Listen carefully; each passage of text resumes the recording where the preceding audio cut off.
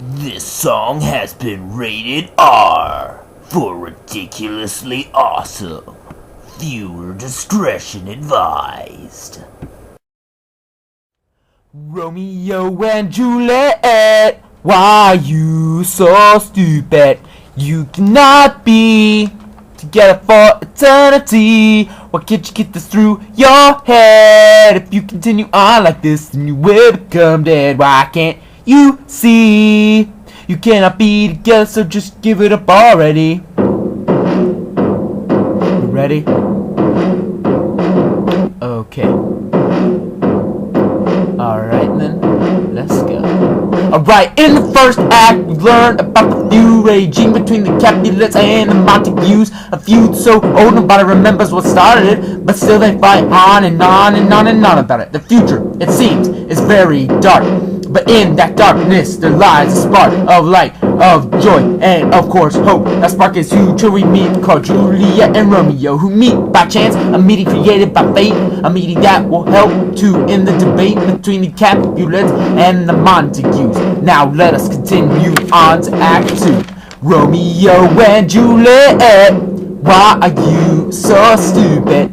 You cannot be together for eternity. Why can't you get this through your head? If you continue on like this, then you will become dead. Why can't you see? You cannot be together, so just give it up already. Now after the fateful party ends, Romeo decides to ditch his friends and hide out in the orchard of the Capulets to see if he can see his true love Juliet. When he finds her, she goes on and on and on and on and on and on and on in her famous "Wherefore art thou" monologue, where she talks about how much love she harbors for him and how she wishes they were not enemies but friends, and how she would travel to the ends of the earth with him if their names did not prevent them from being friends. And Romeo jumps out of the bushes and says, "I will discard my name if that be one of your wishes." And of course, Juliet is immediately like, "Whoa, who art thou, creepy fellow?" And Romeo be like, "Have no fears, it's but I, your true love, the one who caught your beautiful eye. Let's get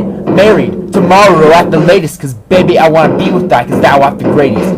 Juliet, being smitten by this declaration of love, says, "Okie dokie, my crazy starry-eyed dove, because I love you so much and I think you so fine, I will send unto you a messenger at night. Tell her all the details of our marriage, like when and where it will be, and if we'll need some carriage." Romeo replied, "Then I go anon to speak with Friar Lawrence about our union, love." So Romeo went to Lawrence's cell, where the friar was picking herbs and rhyming lines quite well. Romeo went up to the friar and said, "Friar, rejoice, for I wish to be married."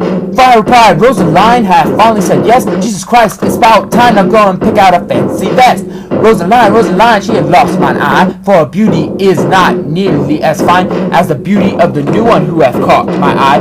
Her name is Juliet, you might have heard of her.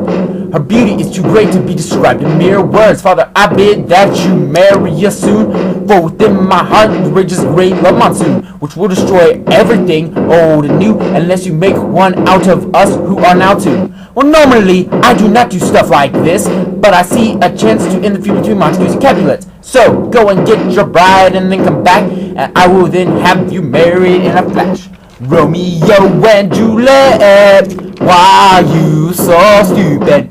You cannot be together for eternity. Why can't you get this through your head? If you continue on like this, then you will become dead. Why can't you see? You cannot be together, so just give it up already before that fateful marriage should end. Trouble reached the ears of Romeo's friends. The fiery Tybalt, so mean and cruel, had challenged the great Romeo to a duel. But before he could even meet with Romeo, he got into a fight with Mercutio. And even though Romeo tried to make the duel end, it just made it worse. It didn't make amends, for under his arm Mercutio died, which caused Romeo's great rage to rise, which made a red haze come over his eyes. And through that haze there was only one he could see, Tybalt, on whom his rage would be released. So Romeo and Tybalt got into a scuffle, and fate then did decide to shuffle and give everyone a hand.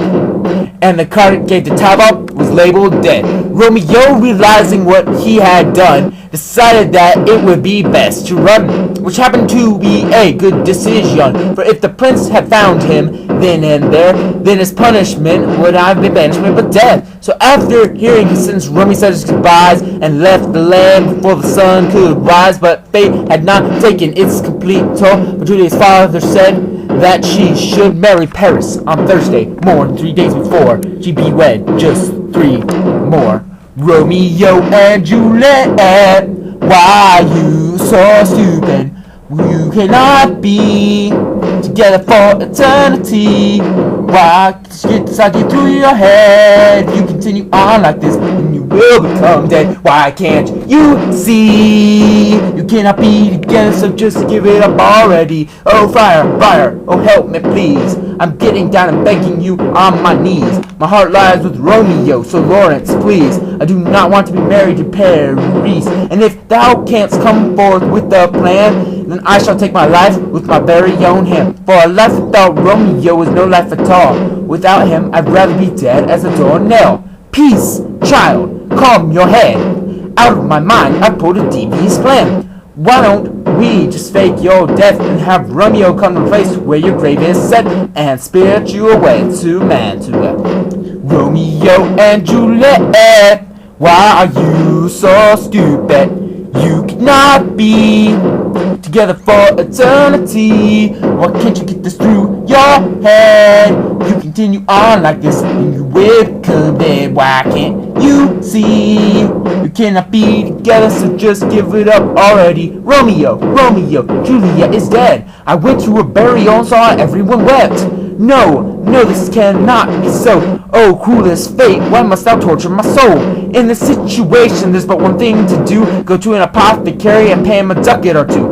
Have him give me a compound that is so very strong that into the afterlife it will help me along. The darkest hours, well, after twilight, Romeo arrived at Juliet's burial site. And while Romeo sat weeping and crying, Paris came out of the shadows to fight him. However, for Paris, the fight didn't end well. Instead of winning, he ended up under the hill. And with the conclusion of this fight, Romeo decided to end his life. Then lo and behold, the fire came. By a fraction of a second, he was much too late to stop the foolish fellow from ending his life with a few words that would stop his strife. But then Juliet had awakened, and she asked Friar Lawrence, "Where's my husband and friend?" "Dead, gone, forevermore lost, not coming back tomorrow, whether we like it or not." "What hast thou said?" "My husband is dead, then the ocean solution is my life to end. Oh happy dagger, oh joyful knife, make my heart your sheath, and in my strife." Romeo and Juliet, why were you so stupid? You cannot be together for eternity. Why couldn't you get that through your head? You continued on like that, and now you are dead. Why couldn't you see? You couldn't be together, so you should have just given it up, baby. Should have just given it up, baby. Should have just given it up, baby. You should have just given it up, just giving it up, baby.